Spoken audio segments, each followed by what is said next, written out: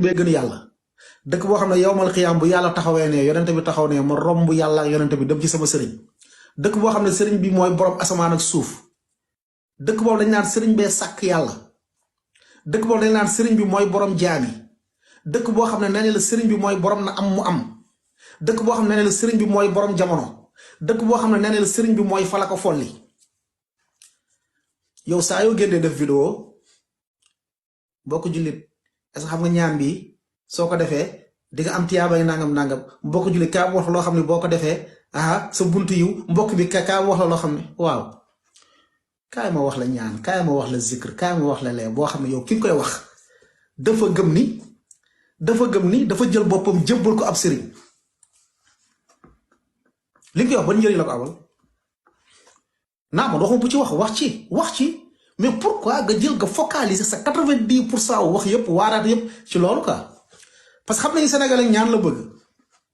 Sénégalais ne ko kaay ñaan bii soo ko defee day am wërsëg ñaan bii soo ko defee seetaan Sénégalais loolu la bëgg Sénégalais loolu lay wër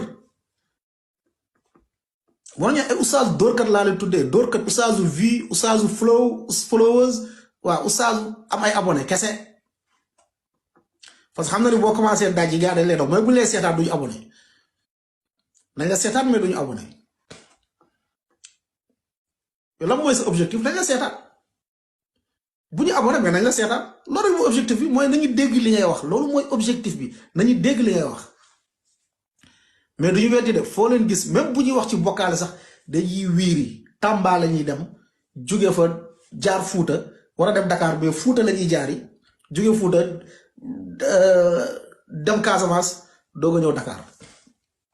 non li ma lay wax ba ci ñuy woote ahlu sunna du suufi kese de ba ci ñuy woote ahlu sunna li ma lay wax nii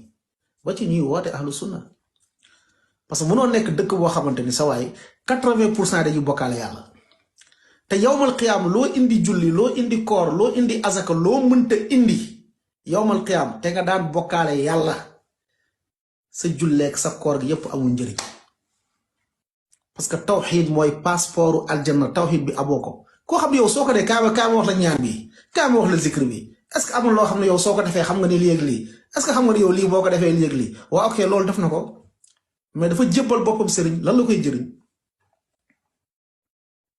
yàlla mu ne la in ashrakta la yaxbatanna amaluk soo bokkaale ma wàññi ma màbb say jëf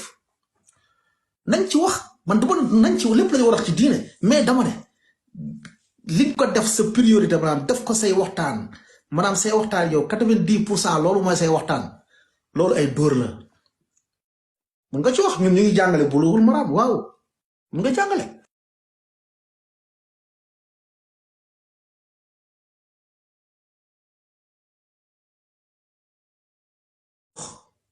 lu see kaam wax la ñaan bi kaam wax la boo sujjootee lay wax kaam wax la boo siggee lay wax waaw mu ngi sujjoot mu ngi siggi mu ngi julli waaye moom dafa gëm ni àllaaxira sëriñ diw moo koy dugal àjjana moom dafa jébbalu ci ab sëriñ jox ko boppam saa yu waatee ci ab sëriñ lay waatee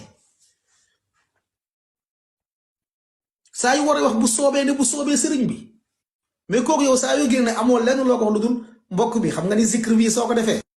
xam nga ni ñaan bi soo ko defee mbokk kaa wax loo xam ne soo ko defee day am yiw nangam waaw day am yiw waaye saa yu waatee sëriñ bi lay waat yiw boobu la la ko jëriñ lan la ko jëriñ wax leen ma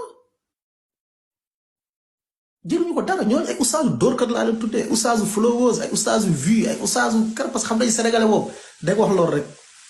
allah yu xayyik da ko wax loolu rek comme nañu war a delluwaat nañu delluwaat ci cosaan yonent bi salaa salaam ba mu ñëwee Makka fekk ñuy bokkaale ay ati at la toog di woo dëj ci tawxiid ndax mënoo fekk te Arabie Saoudite mën naa comprendre bu la neexee yow del wax ci fiq del wax parce que ñoom am nañ tawxiid parce que ñoom tawxiid leer na seen bopp mais mënoo fekk benn société bu mel ni Sénégal toog